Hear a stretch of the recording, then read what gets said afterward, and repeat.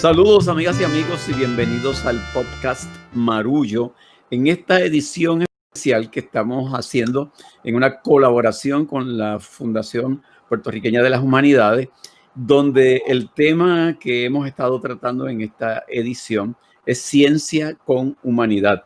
En esta edición especial hemos tenido una conversación necesaria sobre la relación entre ciencia y las humanidades, sobre todo en el contexto de la crisis que vive el mundo y en particular Puerto Rico en estos momentos. Quisiera que a continuación el compañero Pedro Reina Pérez presente a nuestro invitado especial del día de hoy de esta edición. Claro que sí, Silverio. Buenos días, buenas tardes, buenas noches. No sé a qué hora están accesando este contenido, pero estamos muy contentos de darle la bienvenida al doctor Kevin Alicea Torres, quien tiene un doctorado en biología celular y molecular con especialidad en inmunología del cáncer, conferido por la Universidad de Pensilvania. Es egresado de la Universidad de Puerto Rico, recinto de Humacao, donde es cofundador del podcast Caminos en Ciencia, una plataforma de divulgación científica y de iniciativas de diversidad e inclusión inclusión y equidad en las profesiones de STEM, que son ciencia, tecnología, ingeniería y matemáticas. Recientemente culminó una pasantía como periodista científico en el diario El Nuevo Día, que fue auspiciada por la Asociación Americana para el Avance de la Ciencia. Bienvenido, doctor. Bueno, aquí Ana Teresa Toro presente una vez más en este podcast, dándole la bienvenida al doctor Kevin Alicea, una cara joven, una cara fresca, una cara comprometida con las ciencias y naturalmente con las humanidades. Quería abrir esta conversación contigo, Kevin, que nos da mucho entusiasmo, tratando un tema que, pues como sucede cuando hay grandes debates y grandes conversaciones en la sociedad o grandes conversaciones que se vuelven globales, ocurren porque atraviesan todos los espacios en los que los seres humanos interactuamos. Y este año hemos visto una conversación global muy grande en torno al tema del racismo, como la hemos visto en los años anteriores con el tema del sexismo y el machismo. Y han ido saliendo historias pues, en todas las áreas del saber, en el cine, en la literatura, en la política y naturalmente en las ciencias. Entonces, como periodista científico, tú abordaste recientemente el tema del racismo en las ciencias y presentaste historias de puertorriqueños científicos que han roto con esos estereotipos y que han logrado trascender el discrimen para abrirse paso en una disciplina que insiste en discriminarlos o en no abrirles espacio tan fácilmente. Háblame de ese proyecto, comparte con nosotros, por favor, acerca de lo que descubriste en el proceso de narrar esas historias y sobre todo la reacción de la gente. Bueno, primero que todo, ¿verdad? Pedro, Silverio, Ana Teresa, muchas gracias por la invitación para, ¿verdad?, formar parte de su podcast Marullo. Es para mí un placer, ¿verdad?, compartir con ustedes y hablar sobre este tema tan importante, ¿verdad?, lo que es el racismo en la ciencia. Y ciertamente yo conocí sobre el racismo, ¿verdad?, en general o en particular, ¿verdad?, en la ciencia cuando me mudé a los Estados Unidos, cuando vi, ¿verdad?, esa discriminación que existía en las diferentes ciudades que visitaba. Y no fue hasta ese entonces que reflexioné sobre mis experiencias previas, no solamente las mías, pero de mis compañeros, que sí vi que ellos tenían, ¿verdad?, sufrían de esa discriminación racial. Y ahí fue que yo digo, pero ven acá, entonces en Puerto Rico se da lo mismo que en Estados Unidos, pero ¿por qué no se habla como se habla acá, ¿verdad?, o allá afuera? Y entonces ahí decidí recolectar varias historias a través de mi podcast Caminos en Ciencia hace como 1 o 2 años atrás. Y me di cuenta de que sí existía este problema, no solamente en Puerto Rico, pero en toda América Latina. Y no fue hasta que se me da la oportunidad de hacer esta pasantía en El Nuevo Día y de hecho, antes de que surgiera este movimiento del Black Lives Matter, yo tenía ya en mi lista escribir sobre esto para El Nuevo Día. Una vez, ¿verdad?, fui aceptado. Y entonces cuando surge la oportunidad, hablo con el editor, le digo, mira, en Puerto Rico sí existe un problema de racismo en la ciencia y lo podemos ver en las posiciones de liderazgo, donde no vemos muchos científicos y científicas negros y negras, ¿verdad? Respectivamente. Así que es de suma importancia, no solamente por lo que está sucediendo en los Estados Unidos, sino porque es importante para nosotros reconocer de que sí existe un problema, para entonces estimular la conversación y buscar las diferentes formas de poder manejar esta situación. Así que una vez comencé en el nuevo día, traté de contactar a diferentes compañeros. Algunos yo sabía, ¿verdad?, que habían pasado situaciones sobre discriminación racial y ellos, ¿verdad?, se dieron inmediatamente para compartir, porque sabían que era un problema real y que era bien importante dejárselo saber a nuestras comunidades en Puerto Rico. Así que así fue que básicamente surgió todo esto. Yo tenía estos intereses de escribir sobre este problema antes de comenzar mi internado, antes que surgiera el movimiento de Black Lives Matter, pero coincidió con eso, así que tuvo mucho auge porque es bien importante demostrar de que la ciencia no es ajena a otros problemas sociales como lo es el racismo. ¿Qué descubriste? ¿Qué descubriste en el proceso y qué reacción tenía la gente? Bueno, en primer lugar, por parte de la comunidad científica, yo vi que ellos se mostraron bastante satisfechos o satisfechas de que este problema se haya resaltado. Sí lo habían conocido, pero no habían visto ningún, por lo menos lo que vi, ¿verdad?, en las redes sociales, en los comentarios, no había ningún artículo que resaltara o destacara este problema en nuestra comunidad científica. Y entonces, desde ese punto de vista, ellos la recibieron muy bien. Y de hecho se vieron comprometidos a seguir promoviendo este tema, resaltar y crear, ¿verdad?, mayor visibilidad a científicos y científicas, sea negra o negro, pero por parte del público general había, ¿verdad?, de cierta forma, lo que se llama, ¿verdad?, un mixed feeling. Muchas personas apoyaban el hecho de que se hablaba de racismo en la ciencia, otros estaban en contra y decían, esto no existe, esto no es verdad, nosotros somos mestizos, nosotros, ¿verdad?, tenemos descendencia africana, indígena y europea, así que no hay forma que nosotros seamos racistas aquí en Puerto Rico. Pero claramente las historias nos dicen todo lo contrario. Cuando contamos esta historia de estos científicos y científicas, ellos no solamente presenciaron o vivieron el racismo fuera de la isla, pero también dentro de la isla. Y es ahí en ese artículo donde ellos expresan y comparten todos esos retos y obstáculos que ellos tuvieron por el color de su piel. Kevin, a mí me gustaría mirar de forma más concreta el cómo se manifiesta ese racismo. Si se refleja en el orden institucional en términos de las oportunidades que se le dan a distintas personas que ya institucionalmente hay establecido, en la forma en que se escogen, en la forma en que se resaltan, en la forma en que se le dan las oportunidades. Si ya ese racismo está institucionalizado y hace que los que participan del mismo sistema ni se den cuenta que eso está institucionalizado, o si se da en el trato personal entre administradores o entre compañeros de funciones. Yo creo que se da desde ambas perspectivas.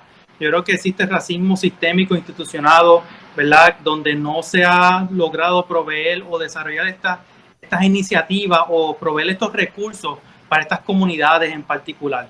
Así que es bien importante que ya sea la institución o el gobierno pueda crear oportunidades que estén, ¿verdad?, que sean incluidos, no solamente los puertorriqueños que tenemos, ¿verdad?, el color de piel más clara, pero también los puertorriqueños o puertorriqueñas que son negros o negras. Así que desde ese punto de vista yo creo que hace falta más recursos y distribuirlos para esas comunidades, para que tengan acceso a la ciencia, a todas las oportunidades, ¿verdad?, que todos nosotros tenemos. Así que es bien importante eso. Desde el punto de vista personal, sí existe lo que son la discriminación, las microagresiones, de la forma en que se dirigen muchos de estos ¿verdad?, personas de liderazgo, de poder, hacia otras personas por el color de su piel. Gestos o microagresiones como que sorprendido porque ellos lograron una meta que quizás el líder, el profesor o el director, lo que sea, no pensó que lo iba a lograr. Y muchos de estos científicos y científicas compartieron esas perspectivas. que se veían como que, ok, ¿por qué tú te sientes sorprendido? Porque yo saqué una A+, o porque yo logré este mérito. Y entonces ahí es que ellos entonces atan el hecho de que haya sido por el color de su piel, por el color, ¿verdad?, de la forma que ellos se ven. En el caso, ¿verdad?, de una de las historias, uno de los científicos tenía dreadlock. Y entonces uno, ¿verdad?, uno de los profesores le dijo, yo pensé que tú ibas a cantar, que tú eras cantante o algo así. Entonces existe ese estigma, ¿verdad? Y yo creo que eso es un buen ejemplo, ¿verdad? Porque hace falta romper todos estos esquemas. No importa el color de nuestro piel, no importa cómo la forma que nosotros nos veamos, nosotros podemos lograr grandes cosas independientemente de todo eso. Kevin, durante tu pasantía en el diario El Nuevo Día, tuviste la oportunidad de destacar historias de científicos puertorriqueños que han roto estereotipos. ¿Nos puedes contar algo de las reacciones de los lectores a esas historias? ¿Qué te llamó la atención? ¿Qué resaltó?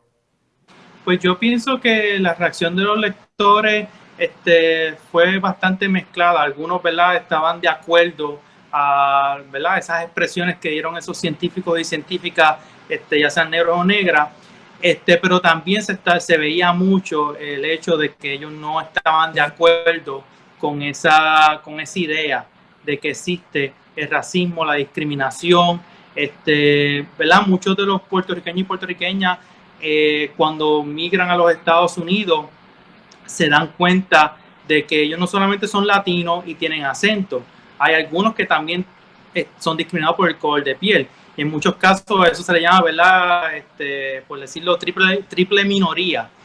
Que quizás, por decirlo así, yo tengo acento, yo soy latino, pero mi color de piel no es negra. Así que no tengo esa otra identidad. Y entonces muchas de estas personas enfrentan lo que es la interseccionalidad por sus diferentes identidades. Y yo creo que hay muchos tópicos, hay muchos temas que hay que seguir hablando para que las comunidades se sigan educando y entiendan de que estos son problemas reales. Pero sí, lo que te puedo decir es que la reacción de la mayoría de las personas fue a la defensiva, de que esto no era algo real. Por lo menos lo que vi en muchos de los comentarios, tanto en las redes sociales o, ¿verdad?, en cada uno de los artículos que fueron publicados en El Nuevo Día. Hubo mucho de esa reacción. Y también quiero mencionarle que mencioné el concepto de triple minoría, pero también está lo que es, ¿verdad?, venir de la comunidad LGTBQ, ¿verdad? O sea, es otra identidad. Y muchos de estos científicos y científicas quizás no pudieron diferenciar de dónde venía la discriminación, si era por su color de piel, o por ser boricua, o por su acento, o por ser parte de esta comunidad. Y pues también dentro de esos comentarios se veía esas otras reacciones que no estaban de acuerdo a esas experiencias que se compartieron. No, es increíble lo que dices porque definitivamente uno nunca ve el agua en la que nada y naturalmente aquellos y aquellas que están en negación, pues como siempre pasa, uno no ve el prejuicio porque no le afecta. Entonces, evidentemente eso refuerza lo importante y lo necesario de proyectos como ese y sobre todo del tema de la educación. Y sobre el tema de la educación, yo quería preguntarte, Kevin, ¿cómo ves? O más bien no como ves, sino ¿qué debe ocurrir para que más jóvenes que entran a la universidad o que salen de la escuela superior pensando, bueno, ¿qué voy a estudiar?, puedan imaginarse a sí mismos y a sí mismas como personas que pueden hacer carreras plenamente en el campo científico? Te lo digo porque, mira, yo ahora mismo estoy en Río Grande.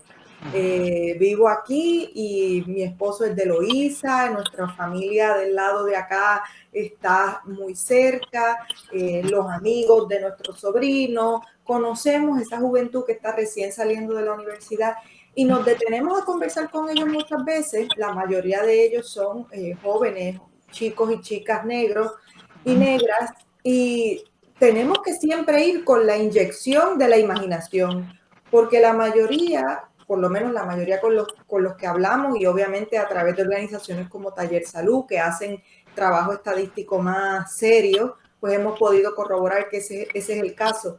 Les cuesta mucho imaginarse ocupando estos espacios, porque estos espacios siempre les han cerrado las puertas.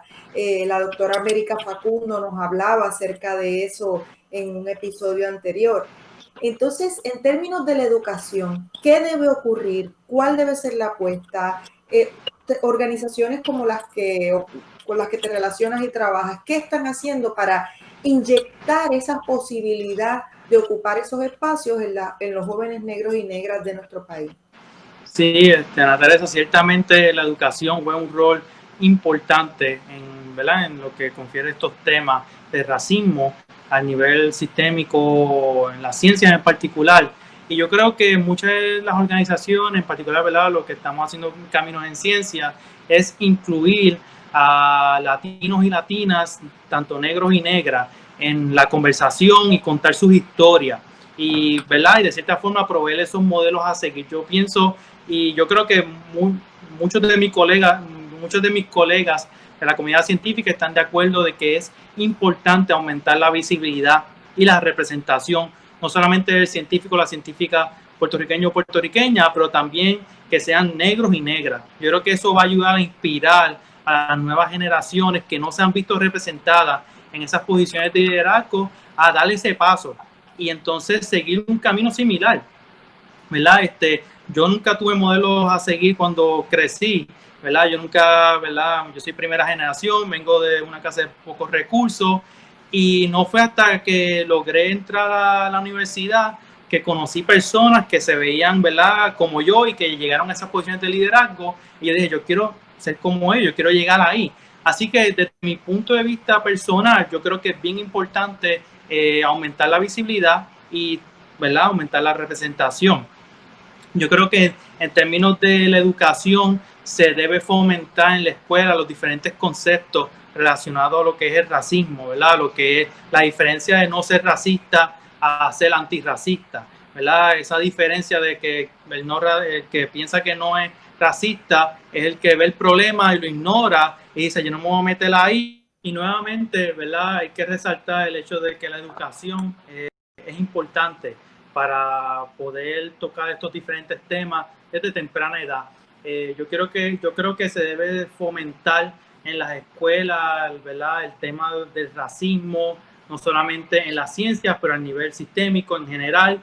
Yo creo que también es importante hablar sobre los diferentes conceptos dentro de esta área, ¿verdad?, lo que es no ser racista versus lo que es el ser antirracista, ¿verdad? Son dos cosas completamente diferentes. El que dice que no es racista o que no ve el racismo, pues tiende a ignorar estos problemas y a no meterse en esas aguas, por decirlo así, ¿verdad? Y a diferencia del que es antirracista, usualmente muestra su opinión y toma acción ante estos temas. Yo creo que ser antirracista es, ¿verdad?, lo que pude hacer con el Nuevo Día. Una vez comencé esa pasantía, lo primero que hice fue tocar este tema. Fue mi primera historia, que de hecho no terminó en la sección de ciencias, sino terminó en la sección de Puerto Rico Hoy, porque vieron el valor y la importancia de este tema para nuestra sociedad, ¿verdad?, para nuestra comunidad puertorriqueña.